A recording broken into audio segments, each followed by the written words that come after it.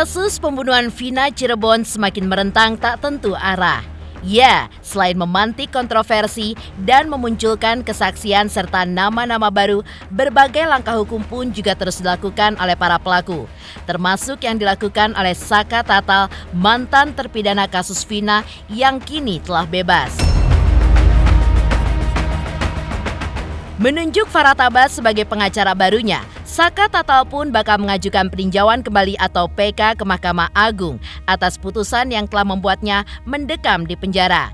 Tak tanggung-tanggung, Farhad pun kabarnya akan membawa bukti baru saat pengajuan PK nanti. Selain diajukannya PK pada kubu Saka Tatal sebagai upaya untuk mengembalikan nama baiknya, ia pun juga kekeh tidak terlibat dalam kasus pembunuhan Vina dan Eki yang terjadi pada 2016 lalu. Lantas, bagaimanakah kesiapan kubu Saka Tatal yang kini diperkuat oleh kehadiran Farhad Abbas? Benarkah keluarga Vina pun tidak percaya jika Saka tidak membunuh Vina? Lantas, seperti apa aksi masyarakat Cirebon yang melakukan aksi demo damai guna mendukung keluarga Vina agar mendapatkan keadilan? Pemirsa, bersama Intens Investigasi, kami hadirkan kabar terkini, terpercaya, dan teraktual. Tetapi sebelumnya, jangan lupa untuk like, subscribe, dan juga share channel YouTube ini.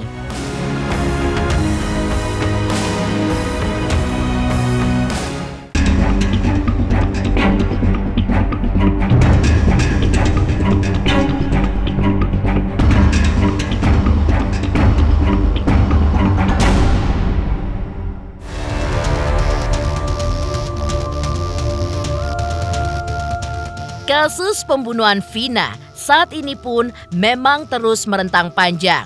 Bagaimana tidak, pembunuhan yang terjadi pada 2016 silam kini justru kembali menjadi sorotan serta semakin menyeret banyak nama. Di luar itu, yang juga tidak kalah menarik perhatian adalah pengakuan Saka Tatal, salah satu terpidana kasus pembunuhan Vina yang telah divonis 4 tahun penjara dan bebas pada 2020 lalu. Ya, Saka pun kekeh menyangkal jika dirinya bukanlah pembunuh Vina. Untuk itu, sebagai upaya untuk memperkuat sangkalannya serta membersihkan nama baiknya, Saka telah menunjuk Farhad Abbas sebagai kuasa hukumnya untuk mengajukan PK atau peninjauan kembali vonis terhadap dirinya ke Mahkamah Agung. Lantas, seperti apa penjelasan Farhad Abbas? Benarkah Farhad Abbas pun akan berjuang mati-matian untuk memulihkan nama baik dan juga harkat martabat Saka yang telah tercoreng selama ini? Emang Saka nggak kenal, kalau orang nggak kenal pengen jawab apa? Iya.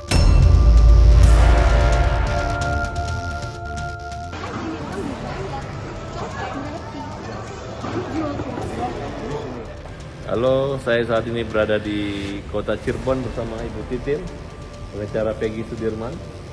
Dan berikut Bang Krisna, pengacara Jakarta, tim Hajar, dan Bang Krisna akan gabung bersama Ibu Titin ya. Terima kasih banyak. Nah, ini agenda sekarang ada eksaminasi putusan dan mudah-mudahan nanti bisa ada benang merah dan titik terang. Siap ajukan PK? Siap ya Bu ya? Siap. Amin. Biasa. Makasih, sukses selalu. Semoga keluarga Sudirman maupun Saka mendapatkan keadilan ya. Amin. Ya, amin. Farhad Abbas. Setelah propos udah pasti dibal terus Pak. Iya.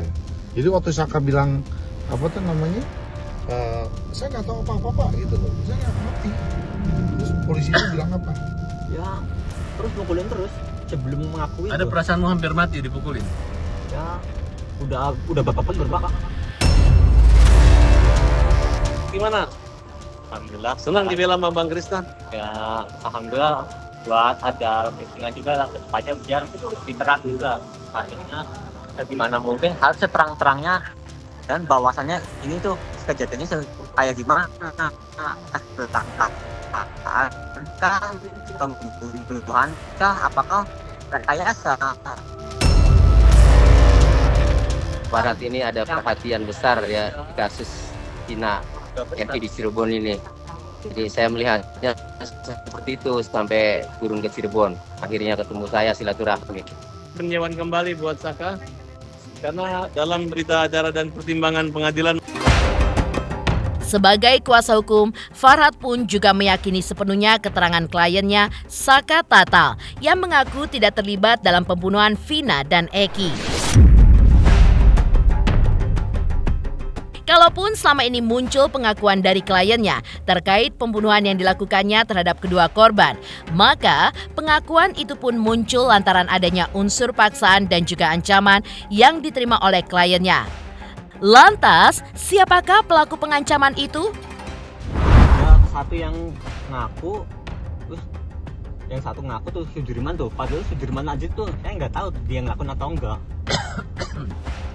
Disuruh ngakunya tuh apa? Mereka disuruh ngakuinnya tuh Membuat rangkaian cerita gitu kan? iya. Seolah-olah kamu terlibat kan, betul nggak? Soalnya kamu tuh berada di mana waktu itu? Yang mereka inginkan tuh apa rangkaian ceritanya? Ada nggak rasa trauma kamu akibat kejadian di penjara ini? Ya kalau rasa trauma sih masih. Terus pertanyaan Bang Tri, dipukul kayak gimana katanya? Ya dipukul diinjak-injak. Pertama adalah kepedulian kami dalam kasus ini. Kemarin beberapa hari saya berkomunikasi dengan Bang Farhad dan Mbak Titin sebagai pengacara daripada Saka Tatal. Terus kok makin menarik dalam kasus ini. Terus menjadi viral kasus ini, apalagi ada statement Pak Presiden untuk ungkap ini sebongkar ini kan dengan seluas-luasnya. Akhirnya saya pulang dari Jogja langsung mampir ke Cirebon, ingin bertemu dengan Tata Saka langsung. Yang kebetulan hari Selasa besok Tata Saka akan menjadi saksi di Polda Jabar untuk dimintai keterangan sebagai saksi dalam perihal Peggy gitu. Setelah mendengar banyak dari Tata kejadian cerita kronologis yang aslinya seperti apa, makin meyakinkan saya, memperkuat saya untuk melanjutkan upaya-upaya hukum seperti apa. Bahwa kami akan mempersiapkan merehabilitasi nama Saka. Kalau memang Saka tidak bersalah harus dibebaskan. Saka, saya lebih banyak tanya, artinya bahwa saya kan melihat ada foto-foto yang di mana Saka dipukuli selama berada di Polres Cirebon. Lalu Saka tadi menerangkan ke saya setiap hari, kurang lebih pagi setelah apel, atfa dan sebagainya, Saka dipukuli. Ini yang kita bisa lihat bahwa kehilangan dengan masa depannya. Itu waktu Saka masih bertahun, atau Saka ini masih panjang. Dalam kondisi ini dia diciptakan untuk melanjutkan bapak angkatnya Saka dan Mbak Titin tadi sepakat bahwa kami akan memperandal, kami biayai upaya peninjauan. Sudah kita kumpulkan dari hasil diskusi kita. Suatu kehormatan yang luar biasa. Saya cuma pengacara kampung, luar biasa mendapat dukungan dari pengacara nasional. Saya juga saya menempatkan pengacara pada inilah sebagai orang-orang yang peduli terhadap apa yang harusnya diungkap. Kalau saya ngomong keadilan, nanti ada yang komplain, itu sudah adil. Tapi apa yang terjadi dengan Saka sudah didengar langsung oleh bapak-bapak yang terhormat ini, bapak-bapak pengacara nasional yang tidak memandang sebelah mata pada apa yang dialami Saka. Jadi ini penghargaan yang luar biasa, terima kasih sekali. Saya sangat sanjung pengacara kampung di backup oleh pengacara nasional. 8 tahun. Oke ya, salam terus buat intens investigasi Silet Indigo. Farhad Abbas.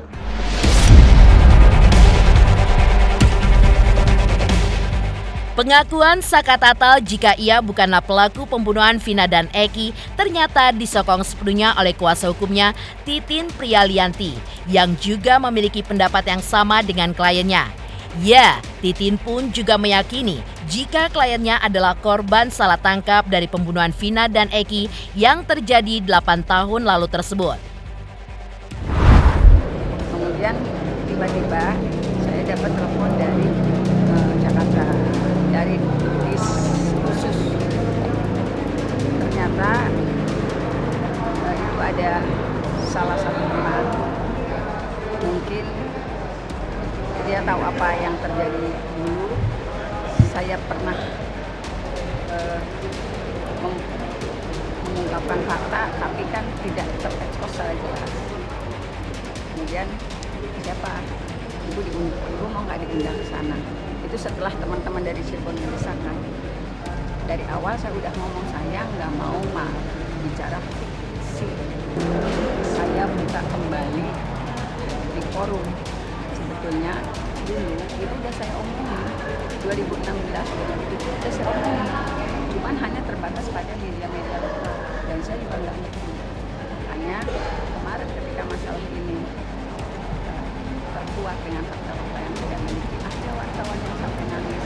Mohon maaf Bu, hanya memblow up masalah ini tidak seolah-olah masalah besarnya bagian motor.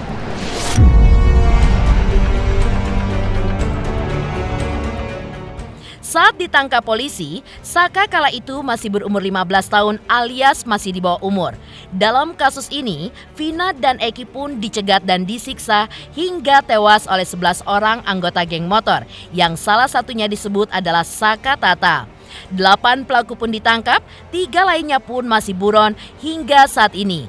Dari 8 pelaku yang ditangkap, Saka Tata mendapatkan hukuman paling ringan karena masih di bawah umur. Dan setelah menjalani masa hukuman penjara selama 3 tahun 8 bulan, Saka Tatal pun bebas bersyarat pada April 2020. Usai kasus Vina mencuat dan viral kembali, Saka Tatal pun kembali muncul dan mengaku ia adalah korban salah tangkap polisi di kasus ini. Untuk itu, pengacara Saka Tatal pun juga siap berjuang mencari keadilan untuk kliennya itu. Nggak sih sekarang kenapa Saka nggak bisa ikut wawancara, Bu? Boleh di... Apakah masih ada alasannya ya, masih boleh di trauma ya. karena tadi kan dianggapnya itu bisa, boleh sih ngomong ngaku-ngaku gitu. Mungkin dia sakit lah karena dia kan yang ngerasain. Bu, berarti Apakah mungkin masih ada juga ada? korban salah tangkap juga mungkin nggak sih, Bu? Ya, saya nggak ngerti masalah itu. Bu, apakah sekarang masih ada pendampingan psikolog kah untuk Saka sendiri sampai akhirnya benar-benar sampai pulih mentalnya karena kejadian ini? Saya nggak ngerti kenapa Saka sama orang tuanya Sudirman memilih tinggal di rumah saya nggak ngerti. Tapi itu yang terjadi. Terakhir, saya sih ngomong kan dari 2016 dulu saya pernah kemana-mana. Itu pernah ke Komnas HAM, pernah ke Komisi Yudisial, pernah ke Propam Polda Jabar, semua datang. setelah dibebaskan mungkin ada usaha lagi kah? Saya nggak ngerti. Nanti Dari masih, ibu sendiri mungkin udah ada usaha lagi untuk saya nggak ngerti. Saya masih bingung dengan reaksi yang luar biasa. Saya masih nggak ngerti.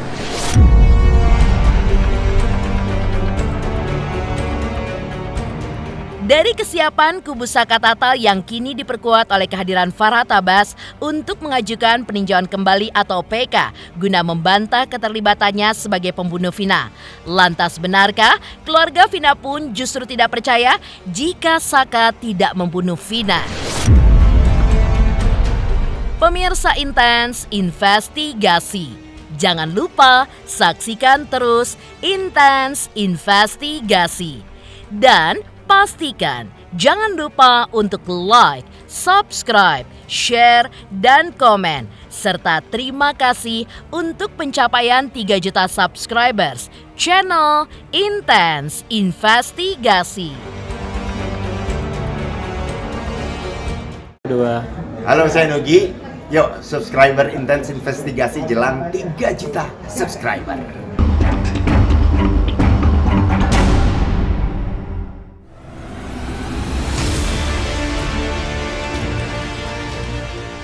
Di balik rencana aksi bersih diri Saka Tatal lewat PK yang akan diajukannya bersama pengacara barunya Farah Tabas, publik pun juga sempat dihentakkan dengan pengakuan menghebohkan Saka yang mendaku diri tidak pernah mengenal sosok kedua korban pembunuhan tersebut, yaitu Vina dan Eki. Saka bahkan mengaku heran mengapa polisi turut menyeret dirinya dalam kasus itu. Akibatnya, Saka pun harus mendekap selama 4 tahun di balik pengapnya jeruji besi dan baru bebas pada April 2020 lalu. Namun, keluarga Vina yang diwakili oleh sang kakak Marliana justru berkeyakinan jika Saka berbohong dengan pengakuannya tersebut. Marliana bahkan menduga kuat jika Saka tengah berusaha menutupi kebenaran di balik kasus tewasnya Vina dan Eki. sejauh ini kita sudah dapat beberapa bukti tambahan, ya, mulai dari BAP dan putusan-putusan dari beberapa tersangka tersebut. Kemudian itu nanti akan kita pelajari lebih dalam dulu. Fakta-fakta barunya itu apa lagi yang udah bisa disampaikan gitu? Fakta-fakta terbaru? Ya, kalau kita pelajarin dari BAP, kan sangat terbalik ya dengan statement dari kuasa hukum para pelaku yang menyatakan bahwa mereka itu salah tangkap dan juga bukan pelakunya gitu. Tapi di dalam fakta BAP perbuatan dan secara detail bisa menjelaskan kronologis kejadiannya dari masing-masing para pelaku gitu. Ini Egi juga yang si Saka ini mengklaim kalau dia salah tangkap. Iya. Tangkapannya dari keluarga boleh? Gimana Pak? Behel Saka yang dia mengaku salah tangkap, Bu. Apa tanggapan dari keluarga? Lakukannya sangat lucu ya. Iya. Lakukannya kalau maling aku penjara penuh aja. Jadi keluarga tetap meyakini keterangan dia tuh bohong gitu, berarti karena memang di dalam BAP yang kita pelajari, yang kita masih baru baca itu dari 5 orang tersangka itu ada menyebutkan nama si Saka. Itu cuma belum mau muncul gitu karena mereka takut dikarenakan si oknum pelaku ini dugaannya merupakan anak salah satu pejabat atau ya itulah, kita masih abu-abu lah, intinya ini masih abu-abu, masih kita tampung aja dulu lah. Jadi banyak fakta-fakta baru yang belum bisa disyaratkan. Iya, kita belum bisa Mbak, karena kami juga nggak mau salah bicara.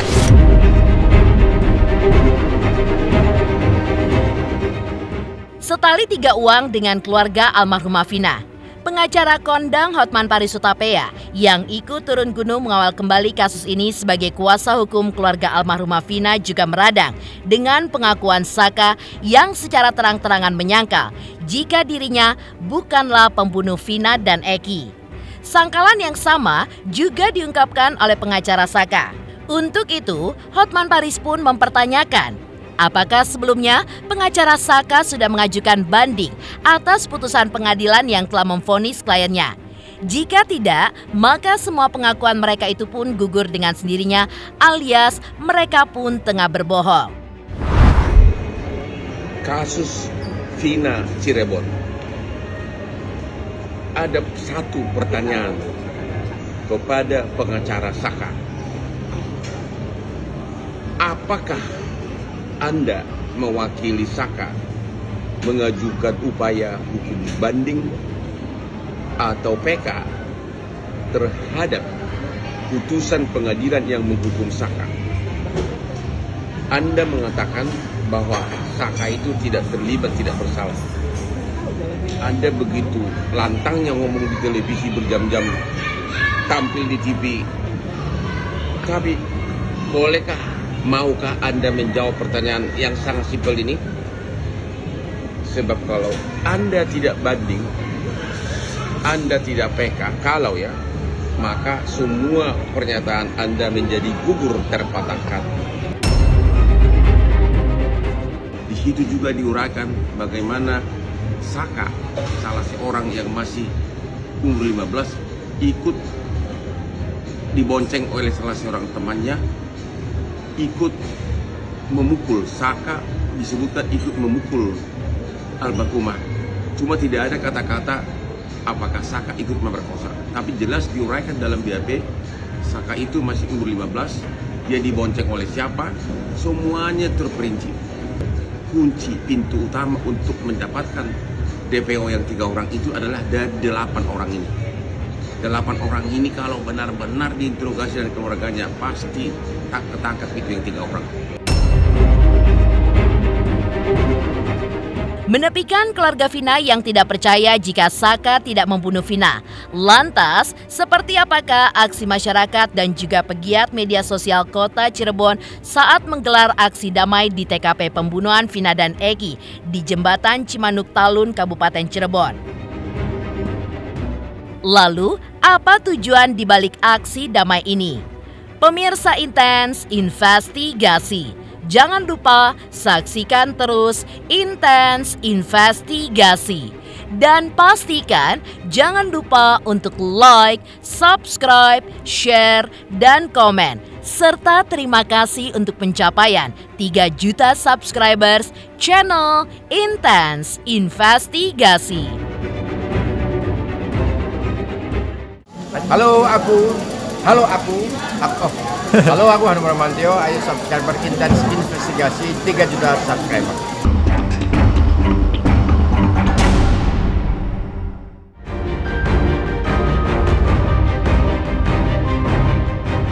Kasus pembunuhan Vina dan Eki yang kembali viral sontak saja memantik rasa kepedulian masyarakat Cirebon.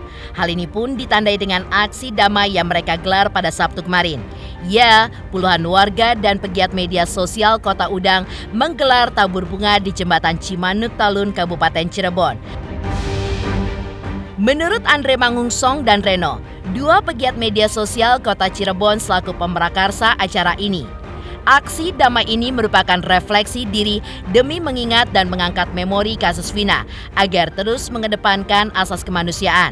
Selain itu, aksi ini pun juga dinilai sebagai bentuk perjuangan masyarakat Cirebon dan juga sekitarnya menuntut keadilan atas kasus pembunuhan Vina dan Eki agar pelaku sebenarnya bisa diadili.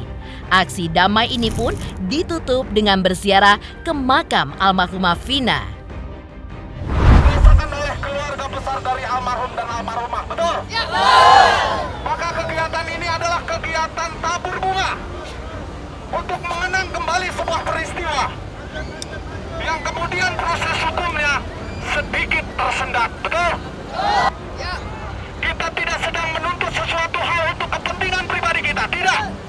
Kita juga tidak dalam rangka menuntut sesuatu hal dalam rangka memperkaya diri orang per orang, tidak ada. Tapi ini bentuk bela sungkawa kita, bela sungkawa Kota Cirebon.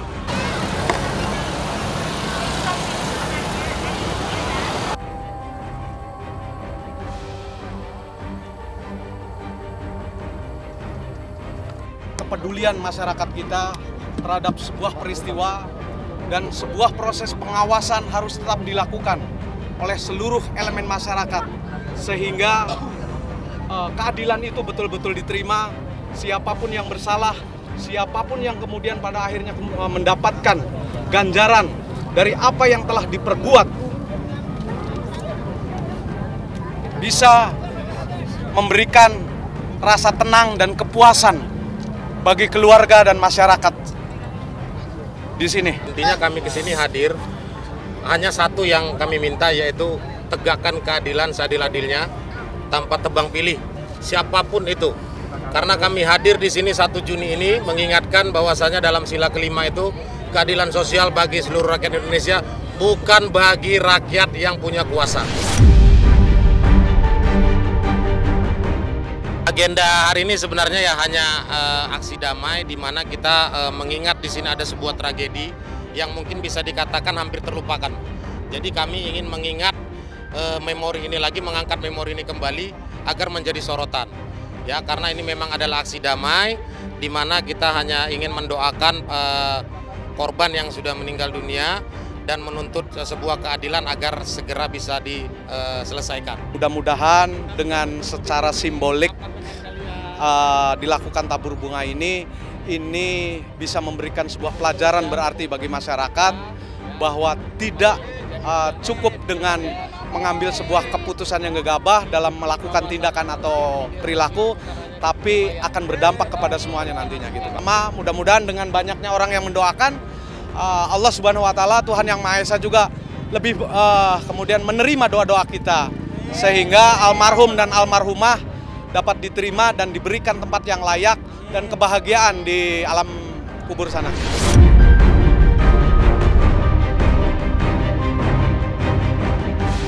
Pemirsa Intens Investigasi, jangan lupa saksikan terus Intens Investigasi. Dan pastikan jangan lupa untuk like, subscribe, share, dan komen, serta terima kasih untuk pencapaian 3 juta subscribers channel Intens Investigasi.